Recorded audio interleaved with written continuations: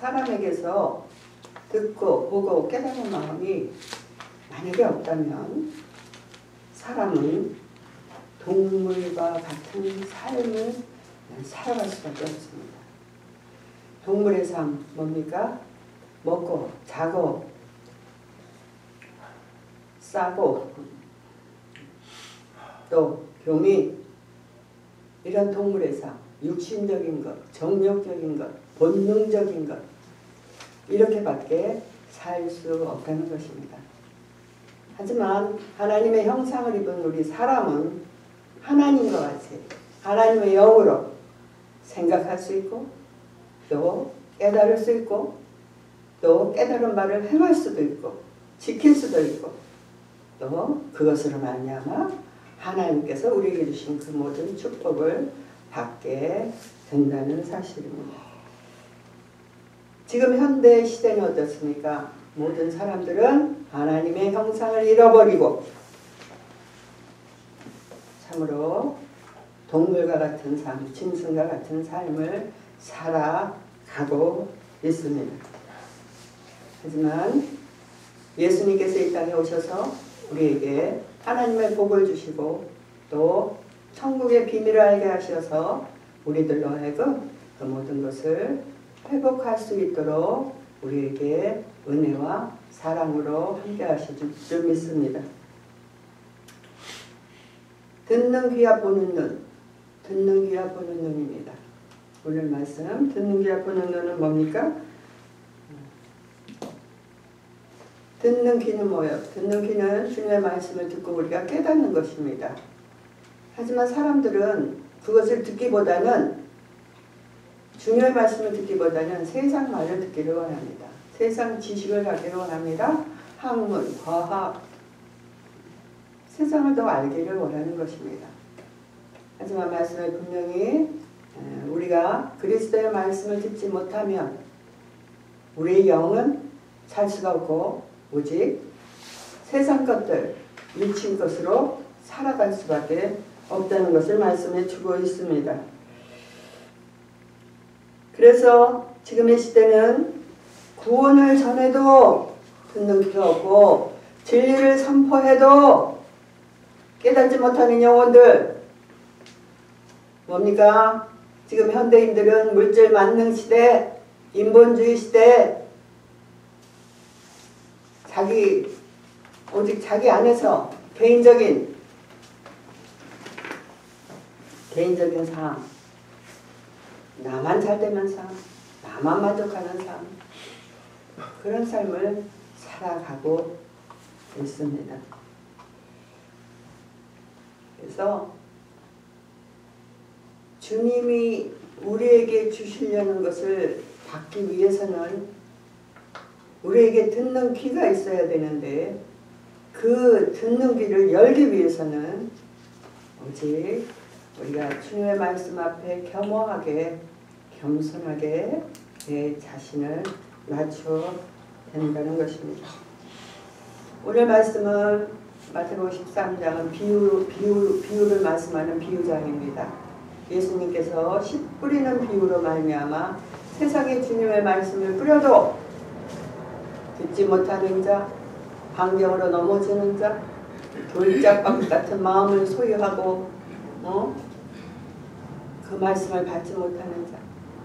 하지만 좋은 밭에 대해서도 말씀하셔서 참으로 얼마나 이 시대가 하나님의 말씀을 듣고 깨닫는 자가 없다는 것을 말씀을 하셨습니다. 그리고 오늘 본문 말씀 우리가 듣고 깨달아야 되는 이유에 대해서 말씀하고 계시는 것입니다. 15절 말씀 보니까 이 백성들의 마음이 완악하여져서 그 귀는 듣기에 둔하다라고 말씀하셨습니다. 그들은 진리를 말해도 의도적으로 무시하고 예수님을 배척하고 이랬습니다. 그들은 누굽니까? 그들은 당시의 유대인들이었습니다. 당시의 바리새인들, 서기관들, 유대인들은 예수님의 말씀을 의도적으로 무시하고 듣지 않고 그 귀는 듣기에 둔하다. 어둡다, 밝지 않다, 명철하지 못하다, 의도적으로 했다는. 또 그 눈은 감겼다 그랬습니다. 눈의 기능은 뭡니까? 눈의 기능은 보는 것입니다. 우리가 보아야 알 수 있고 보아야 볼 수 있는 것입니다. 눈이 감기면요 아무것도 볼 수 없는 것입니다. 그래서 당시에 유대인들을 향해서 예수님이 이사야 선지자가 예언한 글을 통해서 그것을 인용해서 말씀하신 것입니다. 영적인 눈과 귀는 어떻습니까? 영적인 눈과 귀. 현대를 살아가는 우리의 영적인 눈과 귀는 어떻습니까? 영적인 눈과 귀는 귀에는 소리가 들리지 않습니다. 눈에는 보이지 않습니다. 하지만 환경을 통해서 알게 됩니다. 또 나의 마음속에서 들려오는 세미한 음성을 알게 되는 것입니다. 또 이웃을 통해서 사람들이 나에게 어떻게 하는가에 대해서 우리는 영적인 눈과 귀를 가지고 그것을 읽을 수도 있고 들을 수도 있게 되는 것입니다. 그래서 그것을 듣고 본 자, 그것을 깨달은 자의 삶은 말씀이 실질적으로 나를 인도하는 삶이 된다는 것입니다. 그 말씀이 내 삶에 적용돼서 참으로 나의 삶을 이끌어가는 것입니다. 그래서 내 개인의 문제가 해결되는 것이고 가정이 회복되는 것이고 나라와 민족이 다시금 새로워지는 역사가 있게 되는 것이고 그 모든 것은 영적인 말씀의 세계에서부터 일어난다는 것입니다. 그런데 그것을 막는 것이 누굽니까? 그것을 막는 것은 사단의 존재가 있습니다. 이 세상은 사단에게 속한 것이고 사단에 속했기 때문에 예수 그리스도께서 이 땅에 오셔서 우리를 구원하신 것이고 또한 그 구원을 이루지 못하게 하기 위해서 지금도 사단은 끊임없이 우리를 회방하고 방해하고 우리를 절망 가운데로 인도하는 것이 사단의 존재라는 것입니다. 그렇기 때문에 우리가 예수 그리스도를 믿을 때 반드시 사단의 존재, 그 존재를 의심해야 되는 것입니다. 에덴 동산에서 하와가 하나님이 주신 모든 축복을 누리면서 보암직하고 먹음직하고 정말 그 나무의 실과를 마음껏 먹고 좋은 환경에서 살았습니다. 사단은 그것을 그냥 보고 허용할 수가 없는 것이요. 사단은 어쨌든 에덴을 무너뜨리고 인간을 파멸시켜야만 그 사단은 참으로 그렇게 해서 자기 나라를 만들어 가야만 되기 때문에 결국은 하와를 유혹하고 미혹해서 하나님께서 먹지 말란 그 선악과를 따먹으므로 에덴은 우리에게 사단에게 빼앗겨 우리는 참으로 가시밭 같은 인생, 황폐한 인생을 살아갈 수밖에 없게 된 것입니다. 그래서 이 사단은 무엇입니까? 대적하게 합니다. 하나님의 말씀을 듣지 않게 불순종하게 합니다. 또 모든 것을 비판하고 또 모든 것을 분리시키고 회방시켜서 우리를 하나님의 낙원에 에덴에 머물 수 없도록 우리를 끌고 멸망 가운데로 이끌어가는 것이 사단의 정체라는 것입니다. 무엇을 통해서 그렇게 합니까? 사단이 칼과 창을 들고 우리에게 다가옵니까? 그렇지 않습니다. 사단은 우리에게 잘못된 생각을 집어넣고 잘못된 믿음을 집어넣어서 우리가 바른 길이 아닌 잘못된 길로 가도록 우리를 끌고 가는 것입니다. 잘못된 생각, 하와가 하나님의 말씀을 기억하고 그 말씀을 지켰더라면 우리는 이렇게 광야 같은 세상을 이렇게 힘들게 살 필요가 없었을 것입니다. 하지만 하와는 사단이 얘기하는 정말 그 선악과를 먹지 말라는 그 명령을 무시하고 그것을 볼 때 담스럽게 보이고 먹음직하게 보여서 그 사단의 말을 듣고 그 선악과를 따먹었다는 것입니다. 잘못된 생각을 우리의 인류의 조상 하와로부터 시작된 것입니다. 우리는 참으로 잘못된 생각과 믿음을 하나님의 말씀에 비추어 보고 늘 잘못된 생각과 마음을 버리고 진리의 말씀 따라 생명의 말씀 따라 하나님께서 우리에게 주시려는 그 모든 축복을 받기 위해서 늘 기도하고 예배하고 찬양하고 나의 몸과 몸과 영을 온전히 주님께 드릴 때에 우리는 다시금 예수님께서 우리에게 주신 그 모든 복을 받게 되는 것을 여러분 믿으시기 바랍니다. 아멘. 16절 말씀 보니까 예수님께서 우리에게 너희들 보는 눈과 듣는 귀는 복되도다 라고 말씀하십니다. 당시의 제자들은 예수님을 눈으로 봤습니다. 예수님의 말씀을 귀로 들었습니다.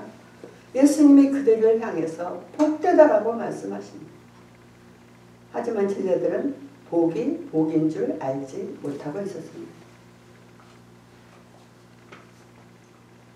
우리 안에 오신 예수님을 모셔드리는 것이 복인 것입니다. 아멘. 우리에게 말씀하신 그 말씀을 믿고 따르는 삶이 복인 것입니다. 아멘. 지금은 복인 것 같지 않지만 지금은 힘들어 보이고 어렵게 보이고 지금은 안 되는 것 같이 보이지만 그 말씀을 따라서 한 걸음 한 걸음 걷다 보면 어느덧 우리에게는 평탄한 길이 열리고 형통한 삶이 이어지고 또 하나님께서 주시는 그 모든 축복을 받아 누릴 수 있는 축복된 삶을 살게 되는 것을 믿으시기 바랍니다. 아멘. 그래서